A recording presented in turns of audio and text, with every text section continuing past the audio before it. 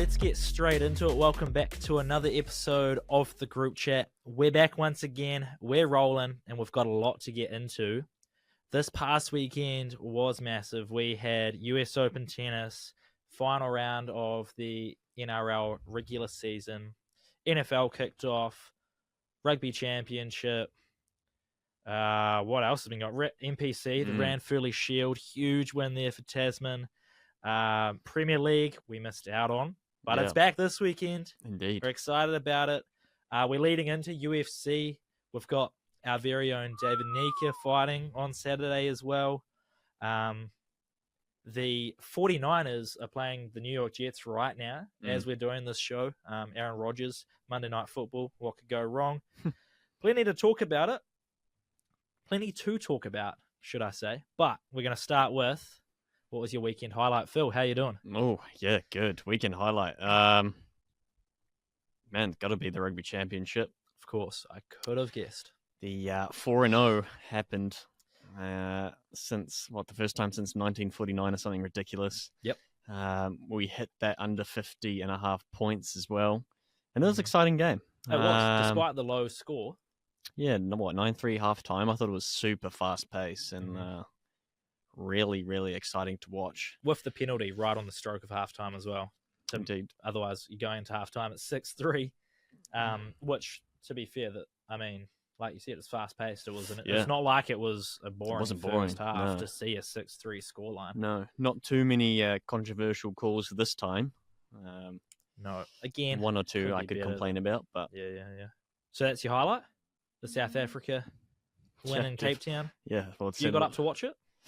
I stayed up to watch it. Yeah, you were going to stay up. You don't set the alarm and wake up, do you? No, but I fell asleep at halftime. I just couldn't hack it. I think it was like 4:30 by that stage. What time did you get up to watch the second half? I couldn't even tell you. Okay. I don't know. Yeah. See, I got up, set the alarm, got up out of bed, put it on the big TV, watched the haka kick off, and then was like, nah, going back to bed, watched it on my phone, fell asleep at halftime, replay at 6:30 a.m. in the morning, kicked off, snoozed through the first half, second half straight into it. Nice. Again, watched from bed, but yeah, thanks to Sky. Shout out Sky putting the replay on straight after the game, essentially. Ideal, yeah, practically. Which is great. So that's your weekend highlight? I'd say so. Yeah. I'd say so. Certainly wasn't Villy LaRue getting a yellow card for knocking a ball on. That's another discussion. That's fair. Well, for me, my weekend highlight is on a betting front, and it wasn't to do with me. It's kind of a low light for me, but a highlight for betcha, I guess. Well, maybe a low light for betcha as well. So I did a quick roadie up to Palmy on Saturday to watch my mate's footy game. Yeah. They're trying to get through to Central League. They won 2-0 against Palmerston North. 2-1, sorry. Against Palmerston North United, I think. But on the way up, there was a 2 o'clock kickoff-ish. Big day of racing, New Zealand, Australia. And we had some bets on the Packers-Eagles game in Brazil, so we were throwing money around, having a good time on the way up. And the horses are on. I was chatting up the horses. We got to get on them. So we had NFL and horses going all day up into the football, and then on the way back again, I talked up Crescetti big time. I said Crescetti. I was like, yeah, it's been going around the office, I didn't really go for I wish I win. I did put $10 on him, but I talked Crescetti up big time. Anyway, I don't think we won a single bet on the horses. Between same race multis, picking a favourite in the race, not picking a favourite in the race, we were ice cold. Couldn't hit a single one. Did win on my NFL multi though. Nice. Went 3 for 3 in the Packers-Eagles game thanks to Saquon Barkley and his debut in Brazil. But the highlight was when I came in this morning and I saw a $50, have you seen this? The $50 early quaddie at Grafton yesterday. They had a $9.50 winner, then a $2.60 winner, into a $7.50 winner, into a $2.10 winner, turning their $50 into $30,000. Wow. God, I wish that could be me. I couldn't even hit a favorite. Yeah. Do be like that in racing, doesn't it? This guy's winning $50 off 30k. 30k off $50. And we can't win on Crescetti when he's paying $2.20, and he's the next big thing. Oof. Anyway, that could have been my highlight. A bit of the Drake curse still. I'm not sure if you saw the US Open men's tennis final. They had US men in the final for the first time in ages. They haven't won since 2009. Drake went ahead and put 210,000 on American Taylor Fritz. He lost in straight sets to the number one Italian Yannick Sinner. So Drake curse continues to roll on. And yikes! Sunday, you had a bit of a Drake weekend then, almost on the horses. Yeah, you could say. I mean, I didn't see any of Drake's horse bet, so I would have faded them. But yeah, we could have been said to have been picking losers, just like Drake does all weekend.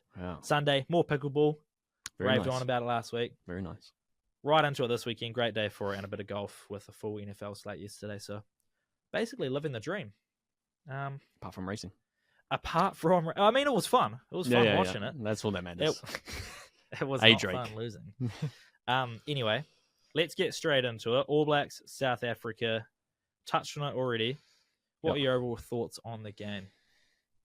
Yeah, as I said, super exciting, fast pace. I just wish I could have stayed up for that second half. Seeing Khaleesi get over the line is always great. And then finishing off with Malcolm Marks in, the 73rd minute, rolling maul. That try irks me because Sevu Reece and TJ Perenara, what are you doing, bro? Sevu Reece definitely in no man's land, a little bit confused with who had the ball. He's just there. He looks to join the maul, starts to commit, and as soon as he does that, credit to Marks, he sees it. Well, I'm assuming he sees it, and then just bolts around the outside of him, and Sevu Reece is, like you said, in no man's land. Yeah. I don't think many people would stop Malcolm Marks from that distance anyway, but it didn't look great. No. Another thing that didn't look great, that yellow card. It's potentially the worst rule in rugby union.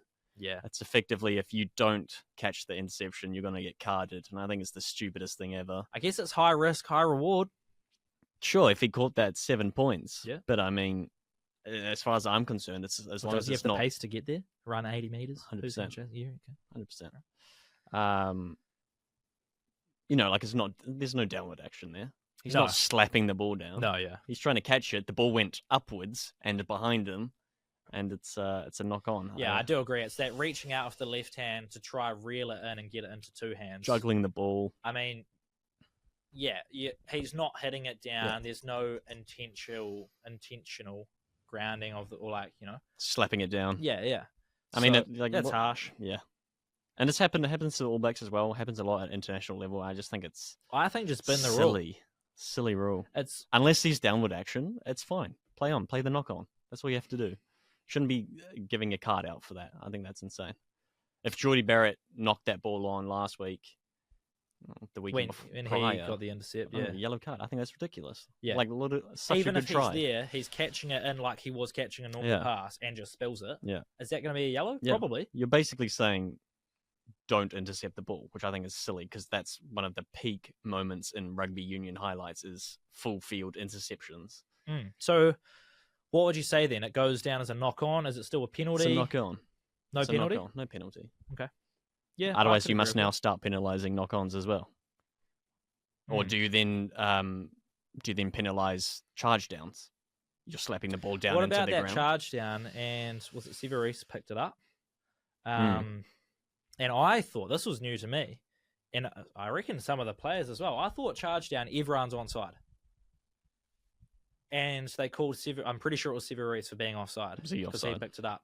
Because he was in front of the player that charged it down. Yeah. I thought just straight away everyone's onside. Even, I feel like people on charge downs, if they were in front of the person that charged it down, they've picked it up and carried on. So I thought that was a weird one. I didn't realise. Well, if he was in an offside position and it's come off an All Black, it would be, in my view, offside. Yeah, no, I understand it. I thought the rule was on a charge down, everyone's onside, game on. How I understood it, and the referee then explained it to Scott Barrett. Said nope, he was in front of the ball. Pretty sure it was Scott Barrett that charged it down as well. I think it was. I saw a charge down where it was Geordie Barrett. I don't know if that was a separate one. Maybe. Did it get called back? Anyway. Yeah. I'm pretty sure Severis picked it up. He was in front of the player that charged it down, meaning he was offside. Yeah. But I swear it was just play on. Anyway. Refereeing decisions talked about again. Yeah. I mean, it is what it is. Yeah. To be fair, I don't think the All Blacks deserved to win that game. No. I think South Africa were the better team. They took their opportunities, although I do have this stat here, which is wild. The Wallabies missed 30 tackles against Argentina in their game and conceded 9 tries. Yeah. Do you know how many tackles the Springboks missed? Bear in mind, we did not score a try. I thought both teams defended really well. So I'm going to say 5. 37 missed tackles. Really? 37 missed tackles and did not concede a try. The Wallabies missed 30 and conceded 9 tries. So it's the covering tackles that are really making up for it. They have good cover. Yep, or it's the All Blacks failing to convert those opportunities. When they're getting over the advantage line, they've got pressure going forward, they're moving forward, and then they just blow it. Yeah. Well, Australia did blow it. 20 points to 3 up. I was like, man, this game is over. Full time, what was it, 67-27? Yeah. What the hell happened? Great for the Pumas, though. Australia really bottled it. Pumas. Unfortunately, though, firing in the All Blacks half. will be now sitting in 3rd place in the Rugby Championship. Pumas have 2 wins. True. All Blacks only have 1. Well. So maybe not go the Pumas. Maybe not. But yeah, no, I don't think the All Blacks deserve to win that game. I feel like we deserved more to win the first game. But South Africa win the Freedom Cup. Let's go. And 4-0. 4-0, we move. Anyway, I've seen a lot of chat and calls to get Richie Mo'unga back in the team, to run the cutter at number 10. Lots of people thinking D-Mac isn't the guy. Had a few errors, didn't he, over the weekend? Few errors. Wasn't the best game. A couple times where he just catches the ball and it feels like there's not a lot going on. There's not some misconversions, was there? I feel penalties, like a couple I think he missed 2 penalties. Yeah. Just give the kicking to Geordie or something. That's an easy fix. But in terms of the 10, lots of calls for Richie Mo'unga to come back, which I can see why we don't. Obviously, he went for the money. Yep. That whole situation went down. It is what it is. But if you could pick anyone, let's go from, unless you've already gone 2000s or earlier, I was going to say 2000s onwards, any All Black in their prime, who you'd slot into the team right now. Who are you going? Ooh. Probably has to be Dan Carter or Ben Smith. Oh, Ben Smith. Yeah. What, slot him in at fullback? Yeah. Yeah. Why? Security. Mm-hmm. I think that era of the All Blacks when they have Ben Smith at the back, you felt unbelievably safe. Yes, especially against what would have been no brain explosions, nothing. Yeah, exactly. The way Springboks are playing now, the bombs, everything. You would love to have a Ben Smith at the back there. I couldn't agree more, actually. Also elusive on attack. He's really the whole package of a fullback. Billy LaRue has elements of that, but then he'll go and pass the ball out into the sideline. Fussy has elements of that, but then he'll take a boot to someone's head when going up in the air. Ben Smith is just the guy. He's just like the guy that you'd want slots in perfect. Your daughter to bring home and be like, hey, Dad, this is my boyfriend. He's Ben Smith. He plays fullback for the All Blacks. Yeah, he's just your perfect dude. He's not going to make any mistakes. He's going to show up. Out and out rugby player. He's just, Ben Smith is that guy. Yeah. I agree. I was going to say the easy pick would be Dan Carter. Yeah, just definitely. So we have a guy in there who is arguably the greatest rugby player, greatest 10 fly half of all time. Consistent. I mean, he's going to kick the conversions. There's no worries about that. We're not leaving any points off the board. Yep. Penalties and conversions. This is also DC over. Prime, so you have scary attacking ability. Yeah, when he's put those 30-something points against the British and Irish Lions. Yeah. Unbelievable. The offloads. DC in his prime, we would turn around, I guarantee you, and we would have won both those games against South Africa. Well, you're looking at 18-18 already, if that was the case. Yeah, exactly. Plus everything else he offers. I just think having someone in there who can run the cutter like he does Then I'd move Bowden. I'd keep him at 15, probably. But yeah, Ben Smith, get him in there. The other option, because I was thinking more along the backs. I think our forwards did a good job. Yep. I think forwards played pretty well. Cody Taylor, stand out again. Yep. Very good. I was thinking, do we just go like, you get another Ma'anonu in there, or you get Conrad Smith in there, another kind of field general, someone who's going to, I feel like you need that duo, though. You would need Nonu and Conrad. Duo. Maybe someone like Jerry Collins. You're missing a bit of grit in that forward pack. Yep. I've seen a bit of chat getting around... hit by a Jerry Collins in his prime would have been the scariest thing ever. Yep. So, yeah, I've seen a bit about Wallace Atiti giving PTSD of Jerome Kano. So Jerome Kano, another good one to get in that number 6, that Jerry Collins kind of role. Yeah, definitely. But yeah, maybe. I mean, Geordie's doing a great job, but Sonny Bill, would you bring him back? Probably not, to be honest. I think there's people you'd take before Sonny Bill. Yeah, he wouldn't be a bad option. Yeah, not a bad option. Do you know who I like and who had their time, came in quickly, left pretty quickly? Malachi Fekitoa.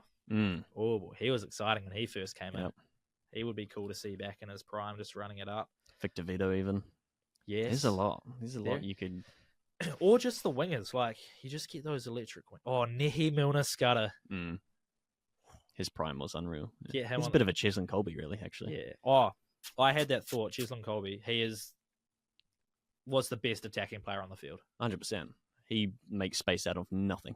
Any free ball and he's gone. His acceleration. Yep. His power for being such a small man. Yeah. He's bumped off Scott Barrett in the first test and then bumped off someone else in the second test who he's got no right to be bumping off. Like, that guy was one of the props, I think. Insane. Yeah, he was the best attacking player on the field. Yeah, without a doubt.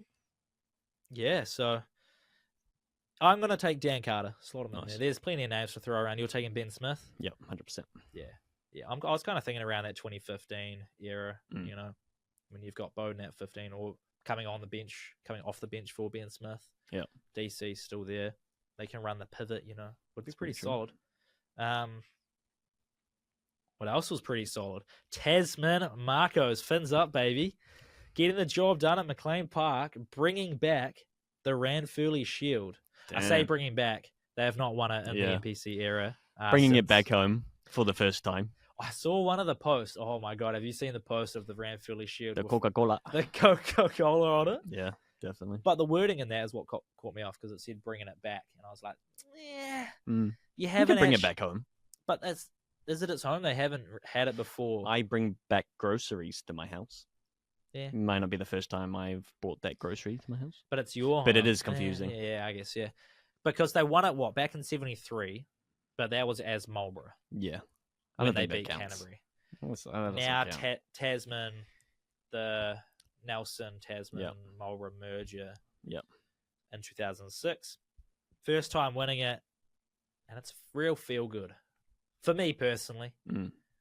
I like it. And it's even better that the Lions are going to get to go to Lansdowne Park this weekend. Can they get their hands on it? Do you think they can get it off them? I think they can. I don't think they will. Okay. Tasman looking too fresh. They are looking very good. Did you watch the Tasman game? No, just highlights for me. Nice. I actually switched it on. Someone was like, "Oh, should we put the rugby on? I wonder if there's any rugby on." I was like, "There is rugby on. It is Tasman versus the Magpies for the Shield. Let's put it on." Yep. Last 2 minutes. Oh. Switched it on for the last 2 minutes. Jeez. And we were like, "Oh, well, this game's done." And then they won the penalty. Yeah. On halfway. Clutch. Banged it over. I was up celebrating. Win by 1 point. Great start for me watching the game. Similar clutch. Auckland getting their first win, unfortunately. First win on the board for Auckland. North Harbour, that $3, man. We were close. They covered the spread. Was it? Did they? I believe so. They three? Oh no. When I had them in my bet, I took them at an alternative spread plus 11.5. I'm pretty sure they were 3.5, which wouldn't have. Okay. But $3 was looking pretty good. 75th minute, up 32-24 against Auckland, and they threw it away. Auckland basically they got the try through like a rolling maul or something, and then almost went the full field from their 22 to get the win. Yep. So, yeah, well done. 36-32 after being 32-24 down with 5 minutes left to play. It's still not convincing stuff. though, is it? Like what? Convincing? No, of course, no, not convincing. But good on them for getting the first win in the books. I think that's important for them and their confidence. Yeah, that's fair. Well, there's not a lot of time left for them to make a bit of a run. Yeah. Because quarterfinals are just around the corner. Yeah. We've got 3-4 more rounds. It's of NPC, so they don't have a lot of time left. Yeah, 3 more rounds. We're in week 6 of 9 before quarterfinals. So best they can do is a 4-4. No, I take that back. They could get to 5-4. Have they had their Storm week? I'm not sure. Anyway, what we do know is the NRL top 8 is finally set. Yeah. And it came down to that Dolphins game. It did. Did you watch that? I watched the highlights again. I watched the second half, actually, I think. Yeah. A little bit disappointing end to their season. Mm-hmm. Fins up didn't happen. It was fins down, very much so. And the Knights scraped through. They do. Scraped through. It was always going to be the winner of that game. Yep. Gets in. It's disappointing from a Dolphins perspective. The season they've had, I thought they would have made it into that top 8. Because they were sitting around that top 4 for a good chunk of it. Yeah. Had a disappointing disallowed try, I would say. Yeah. Not overly controversial. We've seen that disallowed many a time with the obstruction. Mm-hmm. Warriors have seen that many a time. And I guess the Knights have hit a form. Be interesting to see how they go up against the Cowboys, who got a huge result against the Bulldogs win as over well. The Bulldogs. What was that, 44-6? Yeah. That's big. There were a couple big scores. Storm doing a number on the Broncos, 50-12, and then the Spoon Bowl. Eagles getting the job done. 60 points to the Tigers, 26. Yeah, I couldn't believe that result. They rolled through them. Destroyed them. Absolutely destroyed them. Yeah. They'll be looking forward to next season, the Tigers, I'll tell you that much. Well, so will the Warriors, because next year could be our year. But is there any surprises in that top 8 for you that made the top 8?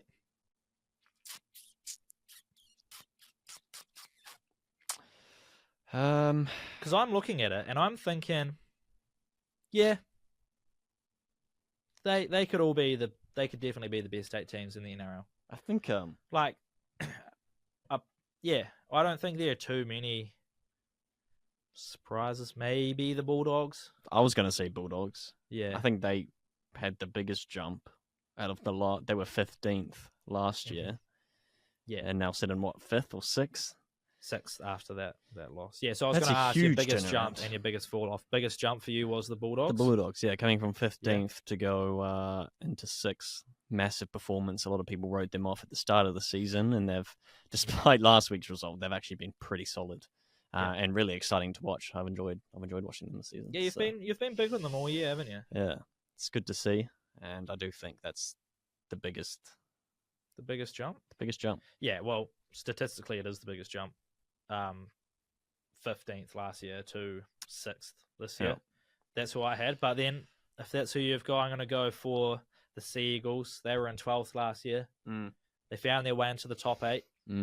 Jerry Evans leading the side. Squeezed through DCE.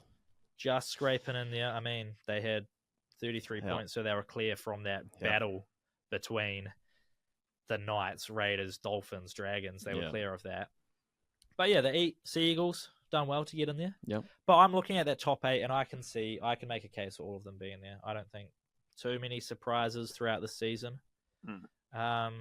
Who was your biggest fall off?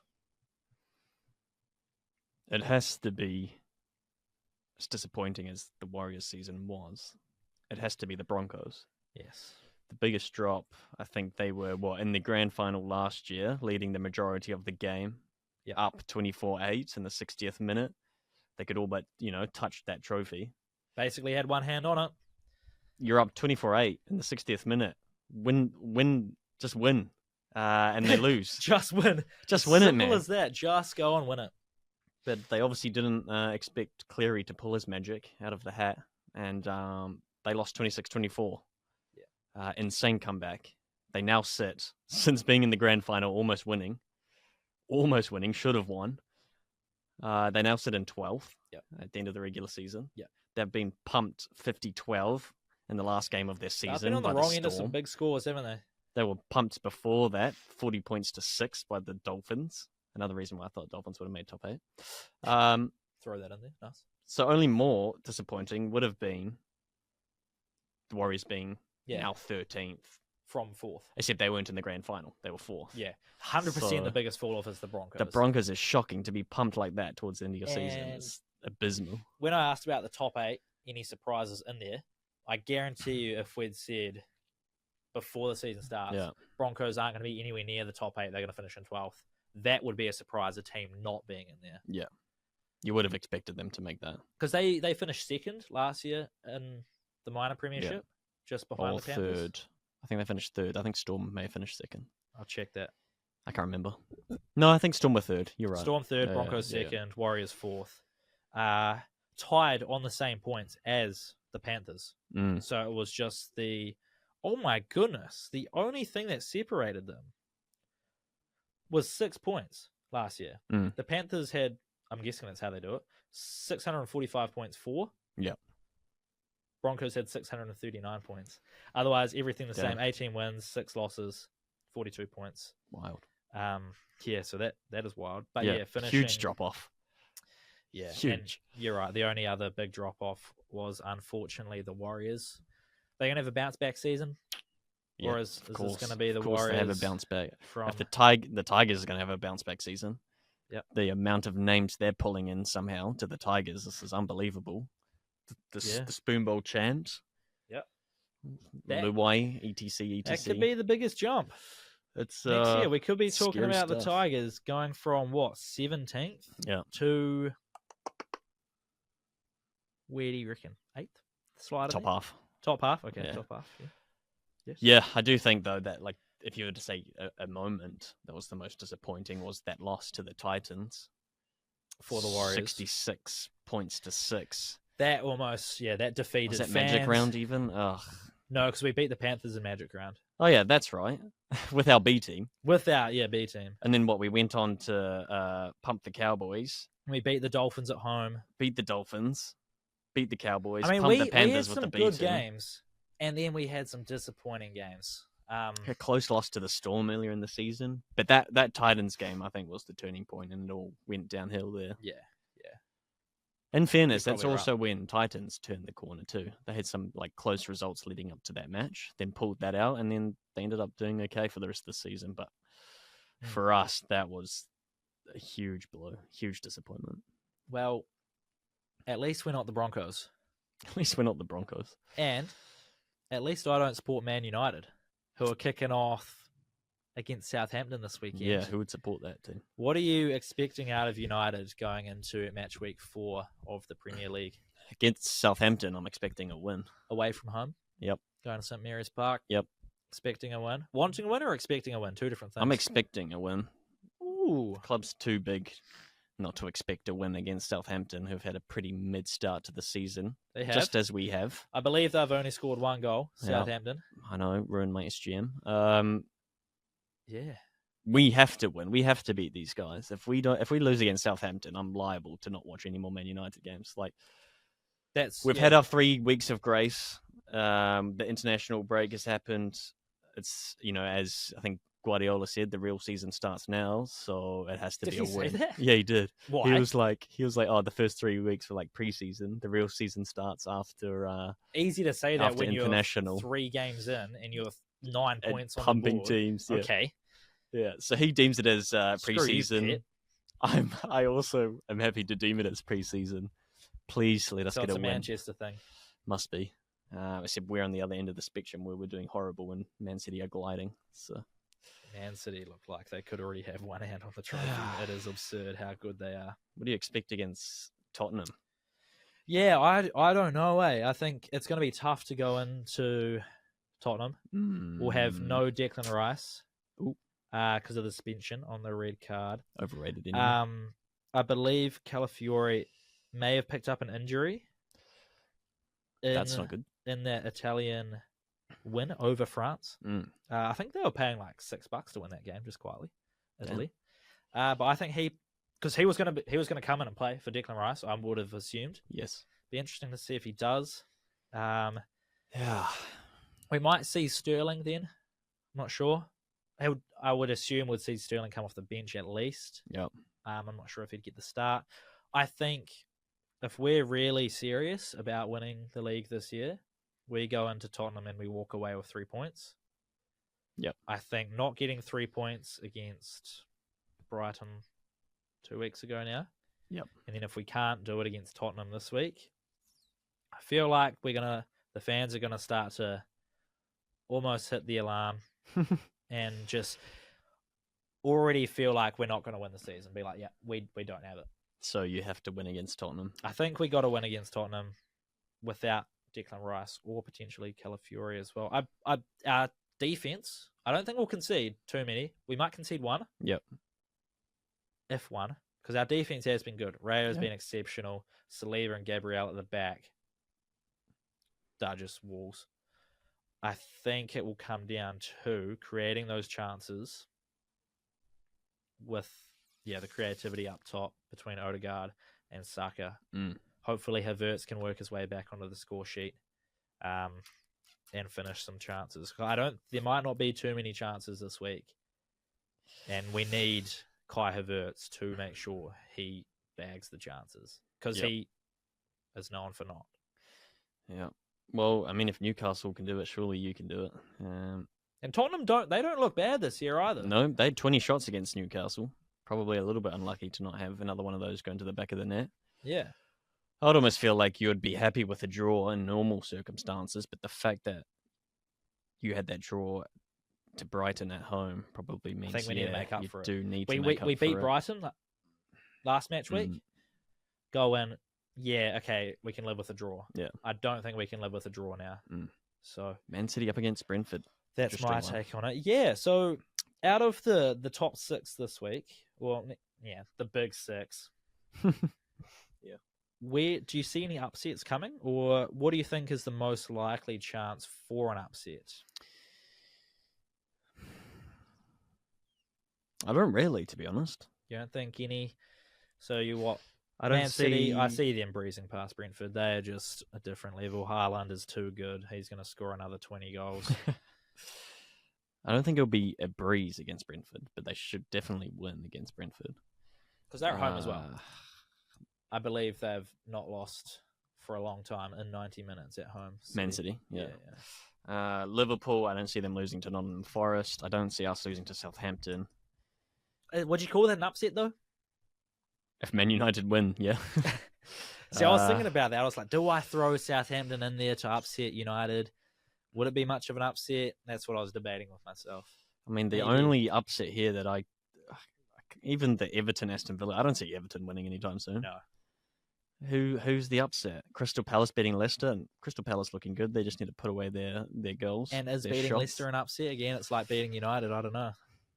Brighton should beat Ipswich. Maybe that's what it is. Brighton, Ipswich. Do Ipswich get a dub? I think Ipswich may be able to bag a point, at least. Yeah. Against the Seagulls. I think they might be able to come away. Maybe 1 point extra on the table. If they're lucky, maybe 3. I don't know. Murray Hutchinson's impressing me. Mm-hmm. He looks good. They do need a win. Brighton, I'm not so happy with at the moment because they were pests against Arsenal. Yeah. They took 2 points off us. The only one I can, and you said you can't, but the only one I would be happy to see it would be Nottingham Forest. Maybe not getting the win at Anfield, but maybe getting a draw against Liverpool. I think Forest over their last 5 games, they're yet to lose. They've had 2 wins and 3 draws. Despite losing to Liverpool twice last year, 1-0 at home, 3-0 away at Anfield. I don't know, coming off the back of international break, could be a little bit of, Arnie Slot not having the full preparation. And I think they do have, Champions League matchup on the Wednesday as that well. Could affect Villa as well. So maybe, depending what Unai Emery does with his squad, maybe you might see a bit of a different result come out of that game. They play Nottingham Sunday and then, Milan at Milan. Yeah, so what are you doing with your squad rotation? I mean, that's the only sort of game I could see would be Liverpool. And don't get me wrong, I said it as one of my biggest surprises last week, how good Liverpool have been under Arne Slot. I don't think they've missed a beat, but coming off the back of international break, Nottingham not having lost in 5 games, I don't know. Maybe they get a point. If any, maybe. Yeah. But even still, if you put the Aston Villa matches and they got young boys on Wednesday, I don't think they're overly worried about young boys. Gotcha. It's Everton. So, it's Everton, man. Say if you're cooking up a multi, then you're just going to you could take all those clubs to win. Is that what you're saying? What? All the favourites? Yeah. I haven't seen the odds yet, so someone I'm thinking is the favourite might not be, but yes. Let me pull it up for you real quick. Let's see if we can cook a little here. Since we don't think there's going to be too much of an upset, let's go. Do you think United are winning? Yeah. Okay. We know City are winning. Yeah. Do we want to touch that Brighton-Ipswich game? Brighton are paying $1.36. Are we calling them a big 6? No. Liverpool. Yeah, okay. We'll throw them in as a win. What are they paying? $1.20. Yeah. Nottingham, $11.50. Draw 5-7. Aston Villa, we can chuck them in. What are they? They're paying $1.50. And then you've got Chelsea versus Bournemouth. Yep. Because Chelsea is still a Big 6 club. Yep, Chelsea. $2 they're paying. Chelsea are paying $2. Yep. Bournemouth $3.25 and a draw $3.80. Bournemouth did have a fantastic comeback. Yep. But that's because it's Everton and they switched off. And then, I mean, you got the North London derby, Tottenham Arsenal. Arsenal are $2.15 favourites, draw paying $3.60, Tottenham $3.10. If we're saying favourites, you got to put Arsenal in at $2.15. Yep. That gives us 6 legs for $15. Big. So you could see that happening? Could see it happening. Favourite for multi. Sure. Interesting. Damn. Alrighty. What else is on this week? We have UFC 306. Holy. Which is going to be an event at the Sphere. Yeah, going to be an interesting one. What are your thoughts and feelings around that? I mean, Vegas is the hub, it seems, for sporting events going over the top. Tell me the price of the tickets you're telling me earlier. If you're right at the back, when they first opened up, you're paying 1.3. I think you can get them now for about 700 because they're struggling to sell them. Yeah, so a lot of those people that bought the tickets early on will be a little bit unhappy. Yeah, fair enough. Paying full price, but that's the price of the Sphere, I guess, and that's certainly the price of UFC tickets. Look, as long as they don't overstimulate me with ads on the Sphere and just get bombarded with Kung Fu Panda 4, Monster Energy Prime, you're gonna see a lot of Modelo, and just get flashbanged by the Sphere, then I think it's fine. I do worry. If you're inside the Sphere and they're playing it on the screen. Also, how they're going to showcase it. Yeah. Do you know what's going on the outside of the Sphere? I've seen what's on the outside at the moment. It's basically just the UFC Noche ad for, 306. It looks pretty good. Yep. I'm more concerned about what's happening inside during the fights. Yeah. Hopefully, while the fight's going on, it's just like one big projection of. Would it be like what the pay-per-view is seeing? Yeah. Is that what we're expecting? Hopefully. Because it is like that. It's not Coliseum build, but, it's like an opera house almost. Yeah, like an auditorium. I think anything more than that is just going to be too much. And I think the fighters might get distracted. Would the fighters, like, in the corner of their eye, being able to see the pay-per-view distract them? I don't think it's the corner of their eye. I think it's all their eye. It's a sphere. Well said. It's the whole thing. So hopefully they tone it down. If it's the walkouts and things, I think it's going to look insane. But while they're fighting, there can't be too much on that screen, surely, because then there's just going to be too much going on. Yeah, it's hard, because you can't just put nothing. No. Because then unless they just, I don't know, put a color or a grading of some couple sort, of screens, some lights. I don't know. Can they I wonder if they can. Separate it. They must be able to separate it, have split screen of something, or different have views, live different odds. angles. Live odds. Maybe they'll Just have no Logan ads. Paul chatting from the screen. Oh, God, no. So I am a little bit worried, but I think it'll be a spectacle. What time's that kick off on Sunday for us? Main card, probably 2 o'clock, I think. Always catering for the American audience, eh? Although it does work for us. We can't complain down here. Yeah, 2 o'clock, main card starts. And combat sports, we've got our very own David Nika. Oh, yes. Who will be fighting on Saturday night on his road to the title, which we're going to be at. Very exciting. That will be fun. We'll have more on that on Friday, no doubt. Yep. But he looks like he's jacked. Mm. He's solid. He's looking like he's going to make a case for himself. Yep. Have you ever been to a combat sports event? No, I don't think so. Neither. I'm looking forward to it. I don't think so. I think Saturday night is going to be fun. We're going to get to go to the weigh-in press conference on Friday. Yeah, cool to be involved with that. We're going to come live. Well, not live, but we're going to shoot a tipping show from hopefully in the same building, just after or before. Perhaps. Maybe. Imagine if we could get Nika on there. That'd be cool. Come along, pal. Tell us if you're going to knock him out in the first round or not, and then we can throw some cash at it. Yeah. But yeah, big weekend of combat sports. Navajo Sterling as well. Navajo Contender Series tomorrow at 11. Yeah, it's all go. There's a lot, man. There's a lot. It's all go. Who was the boy from City Kickboxing that lost his fight in the Contender Series last week? Dunno. He lost, but the guy who beat him didn't earn a contract because he basically just lay all over him. Oh, yeah. So he didn't make an impact. Yeah. Navajo, first round knockout. Very entertaining. Very entertaining. Said he wants to take the light heavyweight division and run with it. He wants to be the McGregor of it. He wants to be Sean O'Malley. He thinks it's there for the taking. Starts tomorrow. Yeah, it does. How good. We will see. What are you looking forward to matchup-wise for 306? Sean O'Malley, man. Yeah? Yeah, 100%. Would he be one of your favourites at the moment? 100%. I feel like he's a lot of everyone's favourites. Has been for a long time for me. He's just such a clinical striker. Yeah.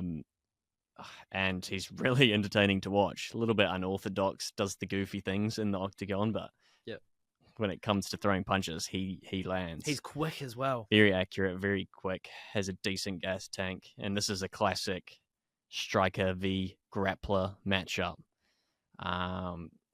So yeah, I think it's going to be exciting. He could keep him at bay, keep him back.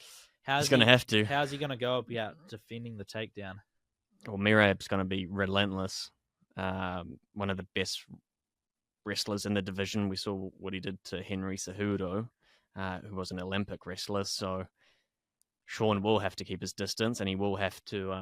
I guess when Mirab's being so relentless and trying to take down Sean for what will be 5 rounds, 25 minutes, that opens him up to getting some knocks and taking some heavy damage. Into O'Malley punch. We saw what happened to Aljamain Sterling, so they'll be similar, but I mean, Mirab is just a different sort of relentless. I don't think he will. I don't think he'll sit around too long going toe to toe with one of the best strikers in the division. So expect both these fighters to be contested and sort of have their gas tank tested as well. Anything on the prelims or early prelims that's kind of catching your eye? Anything exciting? Any up and comers coming through the ranks? Or outside of Rojas Jr., he's always an interesting watch. He is. Sick. So outside of that, no. But the main card is just so stacked, man. I think all those fights are good. The Alexa Grasso versus Valentina is number 3 now. We're really going to see if Alexa can sort of make her mark as the younger fighter, the one with the belt. Arguably, Valentina won that last one. She obviously lost by decision, but you could make a case for it. Be interesting to see if Alexa Grasso can stamp that I am the better fighter. Put the 3 fights to rest. Brian Ortega and Diego Lopez. That was meant to happen at UFC 304 maybe. Again, Diego Lopez, very hungry, will fight anyone. Super exciting fighter against a very good Brian Ortega. So plenty of juicy matchup in that 306. Well, we'll get more on your take on that on Friday. Indeed. Closer to the time when we get some better odds and stuff. Yeah. What is going on at the moment, though, is 49ers Jets. Aaron Rodgers looks like he's holding up all right. He's feeding Breece Hall. He's feeding It's Garrett good he's Wilson. not injured yet. Not injured yet, which is great because my fantasy team needs it. Garrett Wilson, eat boy. Breece Hall, he was my pick for Offensive Player of the Year, paying $21. So that's nice there. I'm just going to do a quick recap on the NFL. Did you watch any of it? Have you seen any of it? You hearing anything? You're in the office on Friday. Chiefs-Ravens kick things off. Did the Ravens win 13+? Nope. Oh, damn. Score was 27-20 to the Chiefs. Likely catching that touchdown at the end there. And if he'd gone half a size smaller on his boot, we may have seen a Ravens win because they were looking like they were going for 2 to win it there rather than the field goal force overtime. Yeah, they missed a field goal, didn't they, earlier on, I saw. The Ravens, yeah. So, I don't know, likely coming out and saying, if that's the best they've got, then watch out in the playoffs. Come on, mate. The Chiefs aren't going to play their best game in their first game. I mean, it's a big call to make. He kind of just put a target on himself there. Who said that? Likely. The tight end who caught the ball in the end zone, and he's, stood on the line. Also, Lamar Jackson saying, from my point of view, that's a touchdown. I don't know how you can look at that photo and argue it's still a touchdown. His foot is quite clearly, his toenail was quite clearly on the line. Coming from a Chiefs supporter, quite clearly. I think everyone is kind of on board with that. The game in Brazil, Packers, Eagles. Eagles might be back, and the start of the Jason Kelce-less era got off in a good way. Jordan Love, my fantasy quarterback, is out 4 to 6 weeks. Thankfully, not season ending. I do see 49ers are up 16-7 over the Jets right now. Okay. So maybe Rodgers not holding up. Both Super Bowl contenders if Rodgers is healthy. CMC is out of that game. He was my touchdown. He was my hot streak bet, so that's not going to come in, unfortunately. Yeah. He would have scored, no doubt. Samuel has gotten over the line. Debo. Yeah. How about this? I was looking at him this morning, actually. Debo? I was like, this man gonna score. Well, he's essentially coming in as their RB2 without CMC in the game. Right. He just does everything for them. Yeah. How about this? The number 1 pick in the draft, Caleb Williams, leading the Bears to a win. Yeah, the Bear Claw, but no offensive touchdowns. I think Caleb Williams threw for 90-something yards, which is junk. Wow. Got sacked multiple times.